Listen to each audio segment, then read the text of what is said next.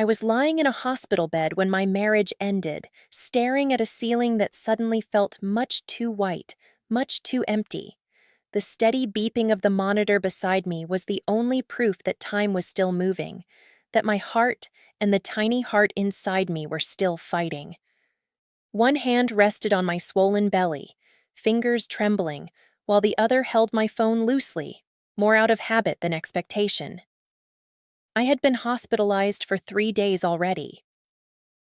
Complications, the doctors said gently, the kind that make their voices softer and their eyes linger just a second too long. Stress isn't good for you, one nurse told me with a sympathetic smile. I almost laughed at that. Stress had been my constant companion for months, ever since my husband started coming home late, answering questions with silence and looking at me like I was already a memory. Still, I believed he would show up. He always said he would. I imagined him walking through the hospital doors, guilt written all over his face, bringing flowers, holding my hand, telling me everything would be okay.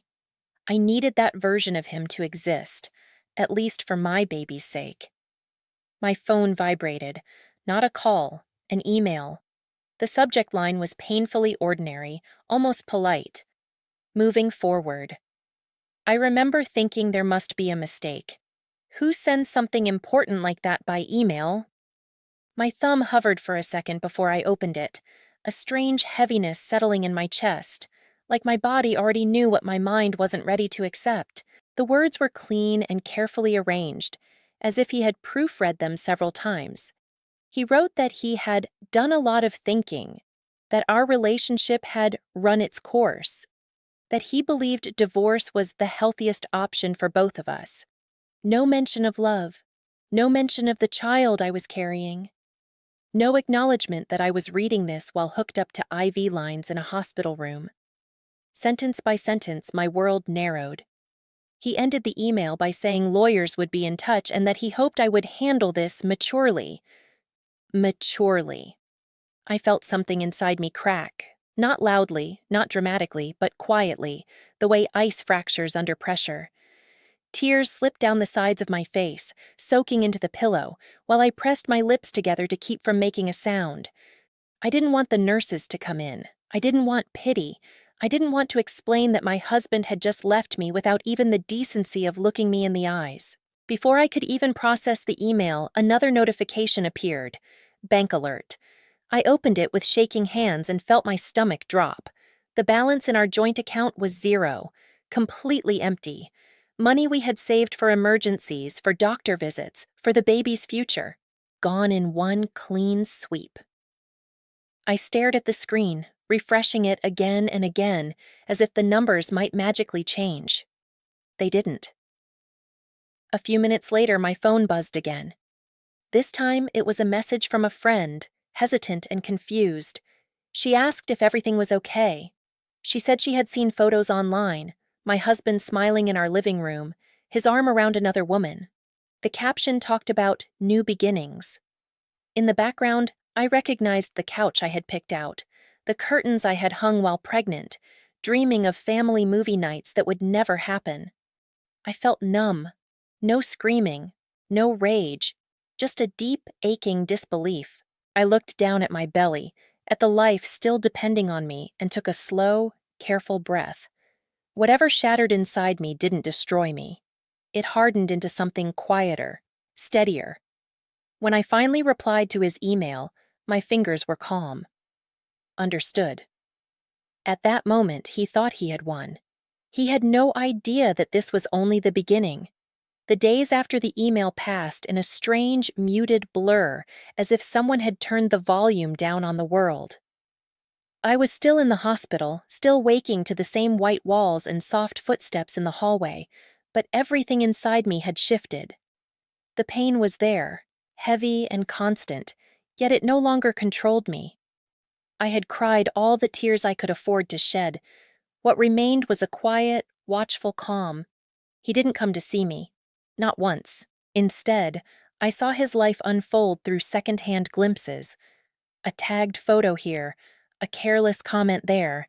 He looked happy, relieved even, like someone who had finally dropped a burden he was tired of carrying. That burden had been me, had been us, had been the child growing inside my body. I stopped looking after the third day. There was nothing to gain from watching someone celebrate your absence. The nurses noticed the change in me. One of them, an older woman with kind eyes, sat by my bed one evening and asked gently if I had anyone with me. I hesitated, then shook my head. She squeezed my hand and told me I was stronger than I realized. I didn't know if I believed her yet, but I held on to the words anyway. When I was discharged, I didn't go home. I couldn't. The house no longer felt like mine, even though my name was on the papers. Every room carried memories of a man who had erased me with an email. I stayed with my mother instead, sleeping in my childhood bedroom, surrounded by old photos of a girl who once believed love was permanent. At night, when the house was quiet, I let myself feel everything: the betrayal, the humiliation, the fear of raising a child alone. But I never let those feelings spill into the daylight. During the day, I moved slowly, carefully, protecting my pregnancy and my peace. Stress could hurt my baby, the doctor said, and for the first time, I took that warning seriously. I said nothing to him. No angry messages, no demands, no accusations. That silence confused him. I knew it did because mutual friends began asking questions. They wanted to know how I was holding up, why I wasn't fighting back, why I seemed so calm. I gave polite, vague answers and changed the subject. I wasn't ready to share my story, and I wasn't ready to show my hand. While he played house with his new girlfriend, I started paying attention to details I had once overlooked. I gathered paperwork slowly, one document at a time: mortgage statements, bank records, emails, texts. Not out of spite, but out of necessity. I needed to understand exactly where I stood and what had been taken from me. I also started remembering things. How I had managed our finances because he hated numbers. How the house had been purchased under my name because his credit was unstable. How I had signed forms for his business when he needed support, never imagining those signatures would one day protect me. Each memory felt like a puzzle piece clicking into place. He, on the other hand, grew careless. He assumed my silence meant surrender. He posted freely, spent freely, and lived as if the consequences of his actions could never reach him. Confidence can make people sloppy, and he was very confident. Every night, I placed my hands over my belly and whispered promises to my child. I promised safety. I promised stability. I promised that we would be okay, no matter how this story ended. Those promises became my anchor, the reason I got up every morning and kept my voice steady. I wasn't planning revenge. I was planning survival. And sometimes, survival looks a lot like patience. By the time he realized my quiet wasn't weakness, it would already be far too late. By the time my lawyer sat across from me, a thin folder resting neatly on the desk between us, I already knew more than I ever wanted to about the man I had married. Not because he had confessed anything, but because patterns don't lie when you finally stop ignoring them. Every withdrawal, every signature, every rushed decision he thought I'd never notice told a story he assumed would stay hidden. I listened quietly as the lawyer explained my position. Stronger than I expected. Stronger than he ever imagined. The house, legally mine. The joint account he drained without consent, traceable. His business, partially protected by documents he had once asked me to sign, just in case. At the time, I trusted him. Now, that trust had transformed into evidence. What surprised me most wasn't the relief I felt. It was the clarity. Fear had been loud in the beginning, drowning out everything else. Now it was distant, manageable, like a storm moving farther out to sea. I wasn't celebrating. I wasn't even angry anymore. I was focused. He still hadn't reached out directly. Instead, his confidence leaked through indirect ways: boastful posts, expensive purchases, comments about freedom and fresh starts. He spent like someone who believed consequences were for other people. Each careless move left a trail, and I collected it without emotion. Some nights, exhaustion hit me hard. Pregnancy has a way of magnifying everything: aches, emotions, memories.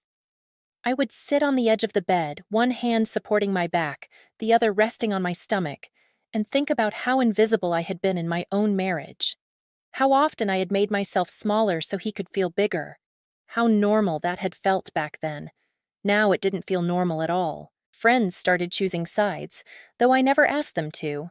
Some drifted away quietly, uncomfortable with the mess. Others surprised me, showing up with meals, rides to appointments, or just quiet company. I learned who listened and who only watched, who cared and who only consumed drama. That too was a kind of clarity. When the legal letters were finally sent, I didn't deliver them myself. I didn't need to see his face. I imagined the moment anyway. His confusion as confidence turned into irritation, then into something sharper. I imagined him rereading the documents, looking for mistakes that weren't there. For the first time, the story wasn't bending around him. The house, the one he had proudly moved into with someone else, was no longer his to occupy. The utilities were transferred, access changed, notices delivered, all of it done cleanly, professionally, without a single raised voice. I wasn't taking anything that wasn't already mine. I was simply reclaiming what I had quietly built. That was the part he never understood. I had always been there, handling the details, supporting the structure, making sure everything held together. He thought love meant invisibility. He thought calm meant compliance. He thought silence meant surrender. He was wrong on all three counts. As my due date crept closer, my priorities narrowed even further. I stopped worrying about what he thought, what he felt, or how he explained things to others. None of that would feed my child or keep a roof over our heads. What mattered was stability. What mattered was peace. One evening, as I folded tiny baby clothes my mother had bought, my phone buzzed. A missed call. His name. I didn't listen to the voicemail right away. I didn't need to. The timing said enough. For the first time since the hospital, I allowed myself a small, quiet smile, not because he was hurting, but because I was no longer powerless. The pieces he never noticed, the ones he dismissed as insignificant, had come together perfectly. And while he was still trying to understand what was happening, I was already preparing for what came next. By the time he truly saw the full picture, there would be nothing left for him to undo. The day everything finally caught up with him was quiet, almost ordinary. There was no dramatic confrontation, no raised voices echoing through hallways. Just paperwork, signatures, and the steady ticking of a clock that refused to slow down for anyone. I sat in the courtroom with my hands folded in my lap, my breathing measured, my body heavy with pregnancy and resolve. He arrived late. When he walked in, I barely recognized him. The confidence that once clung to him like armor had worn thin. His shoulders were tense, his eyes restless, scanning the room as if he were looking for an escape that didn't exist. When his gaze finally landed on me, it lingered, confused by my calm. I didn't look broken. I didn't look defeated. If anything, I looked steady. The judge reviewed the facts without emotion. The timeline spoke for itself. The unauthorized transfer of funds, the abandonment, the legal ownership of the home. Each point landed quietly, decisively, like stones dropped into still water. I watched his face change with every word, the realization sinking in too late. When it was over, there was no victory speech, just consequences.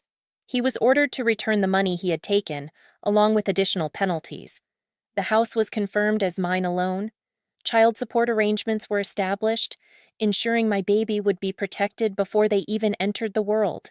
The law didn't care about his excuses or his new relationship. It cared about facts. Outside the courtroom, he finally spoke to me. His voice was softer than I remembered, stripped of its certainty. He said he hadn't thought it would go this far. He said he made mistakes. He said he was sorry. The words spilled out quickly, like he was afraid I might walk away before he finished. I listened. I really did. And for a moment I felt a flicker of something old. Recognition, maybe. A reminder of the man I once loved. Or thought I loved. But that feeling passed just as quickly as it came. Too much had changed. Too much had been broken in silence. I told him I hoped he learned something from all of this. Not for my sake, but for his own. I told him that our child deserved better than chaos and excuses. My voice didn't shake. I didn't raise it. I didn't need to. He asked if we could talk again sometime. I shook my head gently. Some conversations only happen once. Life moved on faster than I expected. The house felt different when I returned. Not haunted, not heavy, but open. I rearranged furniture, let fresh air in, and painted the nursery a soft, hopeful color. Every small change felt like a quiet declaration. This space is safe now. When my baby was born, the world narrowed to something beautifully simple. Tiny fingers wrapped around mine, soft breaths against my chest. In that moment, nothing else mattered. Not the betrayal, not the courtroom, not the man who had walked away. I had everything I needed right there. Weeks later, I heard through others that his new relationship hadn't lasted. It turned out that confidence built on taking from others doesn't survive when there's nothing left to take. I felt no satisfaction in that news, only distance. His life was no longer my concern. The sweetest part of all of this wasn't revenge. It was waking up without dread. It was checking my bank account and knowing it was secure. It was holding my child and realizing I had protected us both. He had believed my calm response meant weakness. He believed silence was surrender. He believed I would disappear quietly from the story. Instead, I stayed. I rebuilt. I chose peace. And by the time he understood what my quiet understood truly meant, it was already too late. For him to undo anything, and for me to ever look back.